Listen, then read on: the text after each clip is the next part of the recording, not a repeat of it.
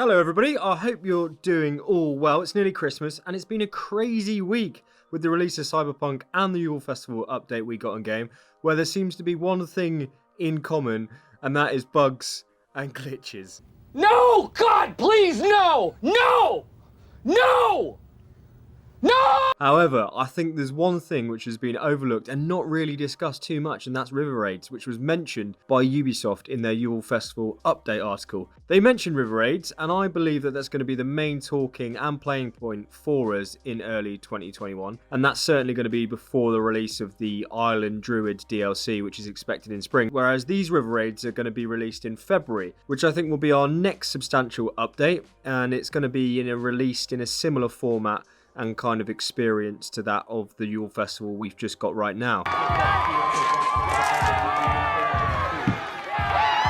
In between that, we'll get the usual weekly resets and cosmetics up for grabs on the store, but I honestly think that'll probably be it for now. In terms of what to expect from the River Raids, Ubisoft has said that the River Raids will be a brand new game mode which will be added that gives players a new way to flex their raiding skills with an exciting, challenging and replayable raid experience. The River Raids game mode features raids with higher stakes and different difficulty levels.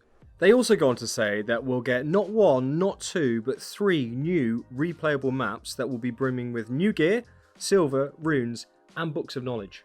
I personally think this is really encouraging and good news. Valhalla is really lacking anything to do in terms of end game content at present. The thing is, after you've completed the story, collected everything, then upgraded it, I mean, what else is there to do? I guess we could always do another 10 rounds in the boxing ring. I must break you. But somehow, I just don't think so. But what I do find interesting is that Ubi states that this is going to be replayable, and with replayability, the incentives need to be pretty substantial, or the game needs to be challenging enough to keep us rinsing and repeating.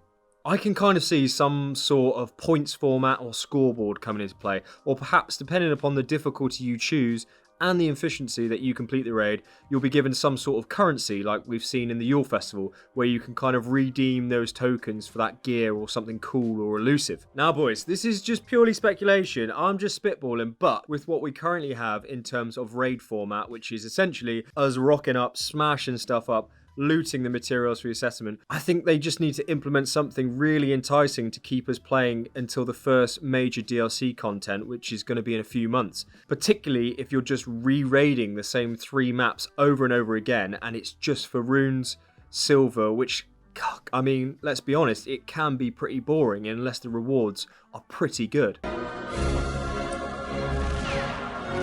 I mean, you're not going to go and do the drinking game in your settlement over and over again for 10 Yule tokens, especially after you've purchased everything that's on offer for the Yule Festival. I disagree. But you may hit up that archery range challenge again just to try and beat your mate's score. So I reckon that's a pretty good steer on which way the wind's going to be blowing in terms of kind of rewards or lofty aims for the raid challenges.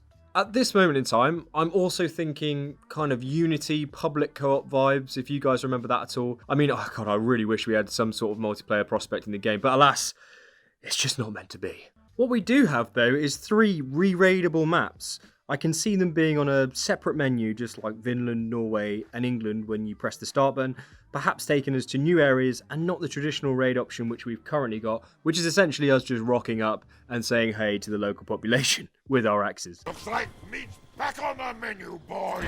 And a really interesting post on Reddit from Skyward Soul, I'll put the link in the description if you want to give it a read for some good chat in there, but he noted that there's videos in the PC version directory files that have actually got videos inside them, and there's a couple videos which do give us perhaps a clue to where the River Raids are actually going. Number 1, the video shows the longship gameplay, and it seems like the player does some sort of boost with the longship, maybe a ramming ability. Now we've seen that before, but number 2 also says that there's some sort of crew on your longship blocking arrows from enemies on shore while you're going downriver. Now, we've already got that, so that's not massively groundbreaking, but the ramming ability, especially with the long ships in Valhalla, that is quite interesting, because I will say this, if it's something that remotely resembles Odyssey naval battles again...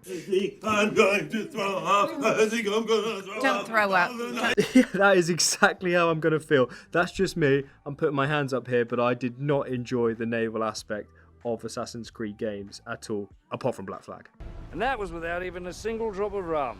We've also got another update which goes hand in hand with our River Raids, and that's the Jomsvikings, which are going to take a more prominent role in 2021 with the addition of the Jomsviking Settlement Hall and being able to upgrade our dude, who is able to earn XP and rank up. I'm also getting some really good Brotherhood mission vibes here, which I don't know about you, I'm not sure if you've played the game, but when you were able to choose your assassins, send them out into Europe and beyond and level them up, that was one of my favourite parts of those games. I really enjoyed getting them up to max level, and I hope we're going to see something similar, and the direction where they're taking the Jomsviking sounds really encouraging. I'll also be covering all of this in a separate video when we know more information, but that's kind of it for now, folks. Potentially we've got lots of exciting things on the horizon. I may have been a bit fanciful in some of the speculative points I made, but I do think that there's some really good encouraging things coming our way in the next few months. More importantly, tell me, what do you think? What are your expectations for this new update?